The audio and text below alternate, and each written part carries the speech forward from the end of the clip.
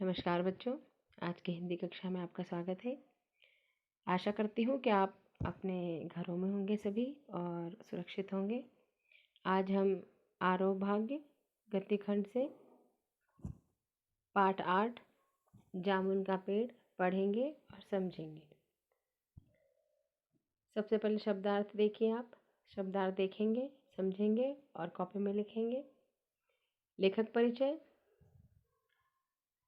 प्रसिद्ध लेखक कृष्णचंद्र का जन्म पंजाब के गुजरांवाला जिले के वजीराबाद गांव में 1914 ईस्वी में हुआ। इनकी प्राथमिक शिक्षा जम्मू एवं कश्मीर के पुंछ क्षेत्र में हुई।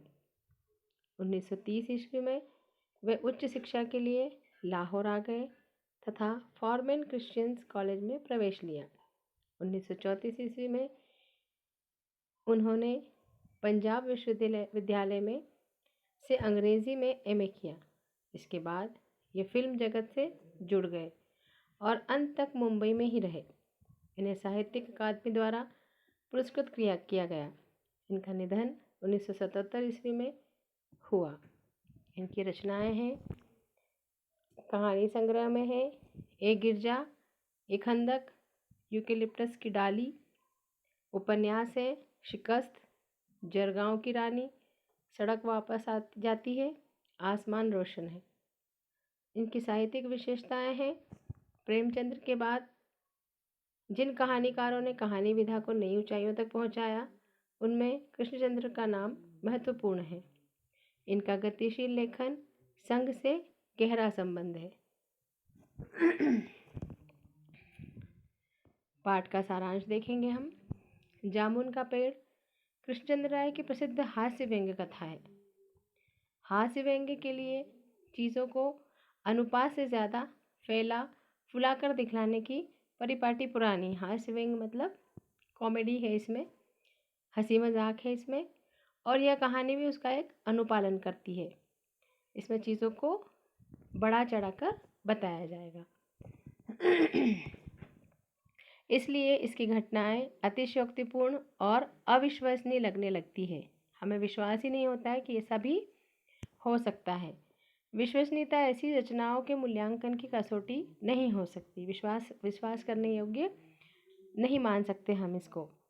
प्रस्तुत पाठ यह स्पष्ट करता है कि कार्यालयी तौर तरीकों में पाया जाने वाला विस्तार कितना निरर्थक और पदानुक्रम कितना हास्यप्रद होता है। जो कार्यालय में जो कार्य किए जाते हैं वो कितने उसका जो विस्तार है, जो फैला के बार बार अलग अलग चीज़ों को करते हैं, वो कितना निरर्थक होता है। यह व्यवस्था के संवेदन शून्य व अमानवीयता के रूप को भी बताता है। रात को चली आंधी में सचिवालय के पार्क में जामुन का पेड़ गिर गया। रात को आंधी चली और सचिवालय जो होता है उसके पार्क में एक पेड़ लगा था जामुन का, वो हवा और आंधी के कारण गिर गया। सुबह माली ने देखा कि उसके नीचे एक आदमी दबा पड़ा है। जब सुबह उठकर माली ने देखा तो उसने क्या देखा कि उस पेड़ के नीचे एक आदमी दबा हुआ पड़ा है। उसने यह सूचना तुरंत चपरासी को दी। इस तरह मिनटों में दबे आदमी के पास भीड़ इकट्ठी हो गई। क्लर्कों को रसीले जामुन की याद आ रही थी। तभी माली ने आदमी के बारे में पूछा। उन्हें उस आदमी के जीवित होने में संदेह था, क्योंकि वो रात भर से उस पेड़ के नीचे पड़ा था, इसलिए संदेह था कि वह जीवित भी है या नहीं। तभी वह दबा हुआ आदमी बोल पड़ा। माली ने पेड़ हटाने का सुझाव दिया, परंतु सुपरिटेंडेंट ने अपने ऊपर से के अधिकारी से पूछने की बात कही। उन्होंने कहा कि ऐसे हम बिना अनुमति लिए पेड़ नहीं हटा सकते। इस तरह बात deputy secretary, joint secretary, chief secretary, minister के पास पहुंची। मंत्री ने चीफ सेक्रेटरी से कुछ कहा और उसी क्रम में बात नीचे तक पहुंची और फाइल चलती रही। ये जो ऑफिस का क्रम होता है, जिसे हमने बताया है निरर्थक, उसी प्रकार का कार्य होता रहा। बजाय उस आदमी की जान की परवाह किए फाइलें आसपास इधर उधर घूमती रही। दोपहर को भीड़ इकट्ठी हो गई। जब दोपहर हुई तो भीड़ इकट्ठी हो गई। कुछ मनचले क्लर्क सरकारी इजाज़त के बिना पेड़ हटाने चाहते थे। कुछ लोगों को ऐसा लगा कि बिना इजाज़त के हमको पेड़ हटाना चाहिए, क्योंकि उसके नीचे एक आदमी दबा हुआ है कि तभी सुपरिटेंडेंट फाइल लेकर भागा भागा आया और कहीं कि यह काम कृषि विभाग का है। अब ये फाइल लेकर आया और कहा कि यह पेड़ का मामला है, इसलिए कृषि विभाग का मामला है, ये काम वही करेगा। वह उन्हें फाइल भेज रहा है। कृषि विभाग में फाइल भेज दी गई। कृषि विभाग ने पेड़ हटवाने की जिम्मेदारी व्यापार विभाग पर डाल दी। अब व्यापार विभाग ने कृषि विभाग पर जिम्मेदारी डालकर अपना पल्ला झाड़ लिया।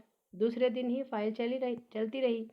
शाम को इस मामले को आर्किटेक्चर विभाग के पास भेजने का फैसला किया गया, क्योंकि यह फलदार पेड़ है, क्योंकि इस पेड़ में जामुन के फल लग रहे थे, इसलिए उसको आर्किटेक्चर के पास भेज दिया गया। रात को माली ने दबे हुए आदमी को दाल भात खिलाया। जो आदमी पेड़ के नीचे दबा हुआ था, उसने दबी हुई हालत में ही दाल भात खाए, जबकि उसके चारों तरफ पुलिस का पहरा था। माली ने उसके परिवार के बारे में पूछा तो दबे हुए आदमी ने स्वयं को लावारिस बताया। उसने कहा कि मेरा इस दुनिया में कोई नहीं है। तीसरे दिन आर्किटेक्चर विभाग से जवाब आया कि आजकल पेड़ लगाओ स्कीम जोर शोर से चल रही है, मतलब अधिक से अधिक पेड़ लगाओ और पर्यावरण को बचाओ। अतः जामुन के पेड़ को काटने की इजाज़त नहीं दी जा सकती। जब जहाँ पेड़ लगाने की मुहिम चल रही है, वहाँ पर किसी पेड़ को काटना तो बहुत बड़ा अपराध होगा। एक मंचले ने आदमी को काटने की बात कही। उसने कहा पेड़ नहीं काट सकते तो आदमी को काट दें, इससे पेड़ बच जाएगा। दबे हुए आदमी ने इस पर आपत्ति की कि ऐसे तो वह मर जाएगा, अगर उसको काट दिया जाएगा तो वो मर जाएगा।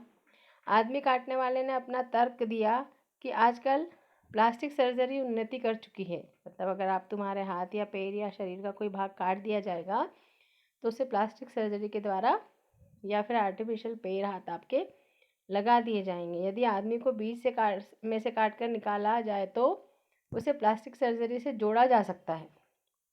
इस बात पर फाइल मेडिकल विभाग तेजी से भेज दी गई कि अब इसकी तो जांच परख मेडिकल विभाग वाले करेंगे, क्योंकि ये तो काटने वाला और वापस जोड़ने वाला मामला है।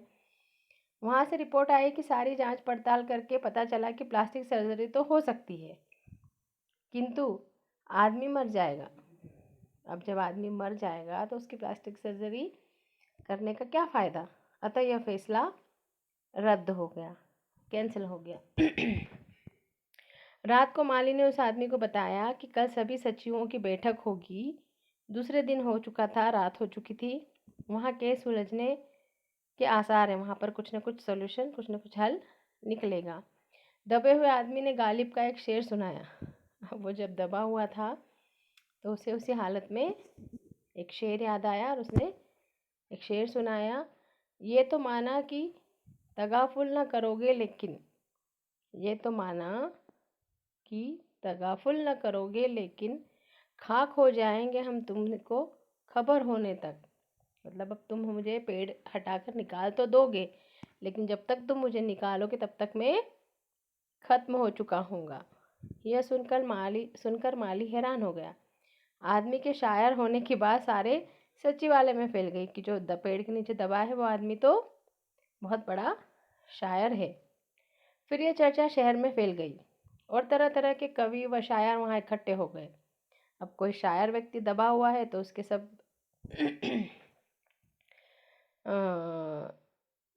शायर और कवि वहाँ पर आ गए उसकी मदद करने के लिए। वे सभी अपनी रचनाएं सुनाने लगे। अब उन्होंने सोचा क्यों ना इसका मनोरंजन किया जाए।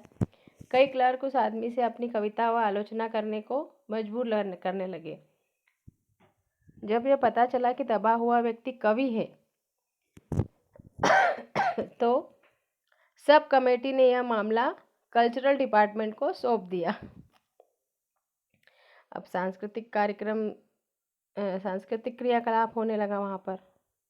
साहित्यिक अकादमी के सचिव के पास फाइल पहुँची। सचिव उसी समय उस आदमी का इंटरव्यू लेने पहुँचा। दबे हुए आदमी ने बताया कि उसका उपना ओस है तथा कुछ दिन पहले उसका लिखा हुआ ओस के फूल गद्य संग्रह प्रकाशित हुआ है। सचिव ने आश्चर्य जताया कि इतना बड़ा लेखक उनकी अकादमी का सदस्य नहीं है। आदमी ने कहा कि मुझे पेड़ के नीचे से निकालिए। सचिव उसे आश्वासन देकर चले गए। अगले दिन सचिव ने उसे साहित्य अकादमी का सदस्य चुने जाने की बधाई दी। अब वो आदमी पेड़ के नीचे दबा हुआ है, उसे निकालने की बजाय उसे अकादमी का सदस्य बना लिया और उसकी बधाई भी दे दी है। आदमी ने उसे पेड़ के नीचे से निकालने की प्रार्थना की तो उसने असमर्थता जताई, मतलब मैं तुम्हें पेड़ के नीचे से तो नहीं निकाल सकता।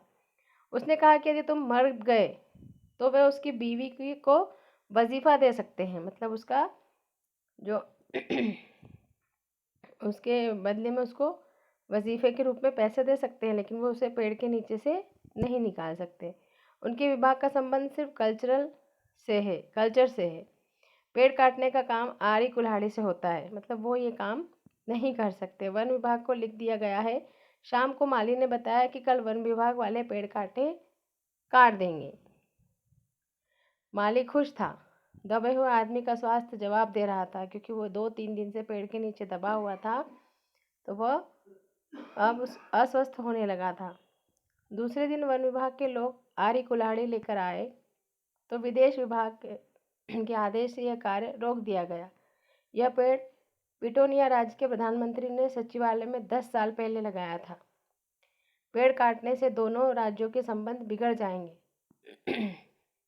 दूसरे पिटोनिया सरकार राज्य को बहुत सहायता देती है। 2 देशों की खातिर एक आदमी के जीवन का बलिदान दिया जा सकता है। अब कहा कि दूसरे राज्य के व्यक्ति ने ये पेड़ लगाया था, अगर इसको काट देंगे तो दोनों राज्यों के संबंध खराब हो जाएंगे, और 2 राज्यों को बचाने के लिए एक व्यक्ति की बलिदान तो हम कर सकते हैं। अंडर सेक्रेटरी ने बताया कि प्रधानमंत्री विदेश दौरे से सुबह वापस आ जाएंगे। प्रधानमंत्री जो है वहाँ के विदेश दौरे पर गए हैं और कल सुबह वापस आ जाएंगे। अब वे ही निर्णय देंगे। शाम के 5 बजे स्वयं सुपरिटेंडेंट कवि की फाइल लेकर आया और चिल्लाया कि प्रधानमंत्री ने सारी जिम्मेदारी स्वयं लेते हुए पेड़ काटने की अनुमति दे दी। कल यह पेड़ काट दिया जाएगा। तुम्हारी फाइल पूरी हो गई है। परंतु कवि का हाथ ठंडा था, उसके जीवन की फाइल भी पूरी हो चुकी थी। इन सब सरकारी जद्दोजहद के बीच पेड़ के नीचे दबा हुआ आदमी मर चुका था। इसी प्रकार सरकारी कामों में देर सवेर होने के कारण किसी भी व्यक्ति को उसका फ़ायदा नहीं मिल पाता है और उसकी भावनाएं दम तोड़ देती हैं। बच्चों, हमने ये पाठ पढ़ा, समझा और एंजॉय भी किया। आप एक बार फिर इसे पढ़ें, बुक में पढ़ें, समझें, शब्दार्थ कॉपी में लिखें। मैं आपको प्रश्न उत्तर भी भेज रही हूँ, कोशिश करें कि वो भी लिखें कॉपी में, कॉपी पूर्ण करें। आप सभी अपने घरों में रहें, सुरक्षित रहें। धन्यवाद।